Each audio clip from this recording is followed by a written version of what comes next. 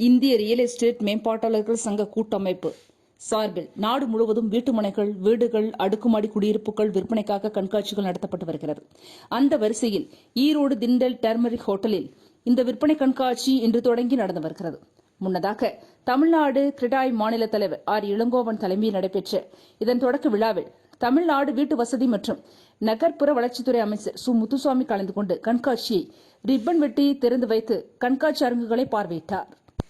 இவ்விழாவில் கிரெடாய் அமைப்பு சார்பில் ஈரோடு ஆட்சிய மரக்கட்டளையின் பணிகளுக்காக ரூபாய் 15 லட்சத்துக்கான காசோலை நன்கொடையாக வழங்கப்பட்டது.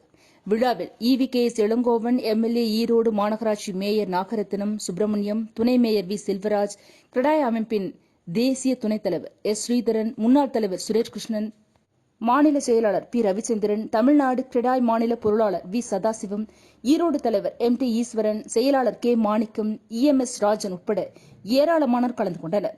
இக்கண்காட்சியில் ஈரோடு, கோவை மாவட்டங்களில் முன்னணியில் உள்ள ரியல் எஸ்டேட் கட்டுமான நிறுவனங்களின் வீட்டுமனைகள், தனி வீடுகள், அடுக்குமாடி குடியிருப்பு வீடுகள் விற்பனை தொடர்பான விவரங்கள் வழங்கப்படுகின்றன.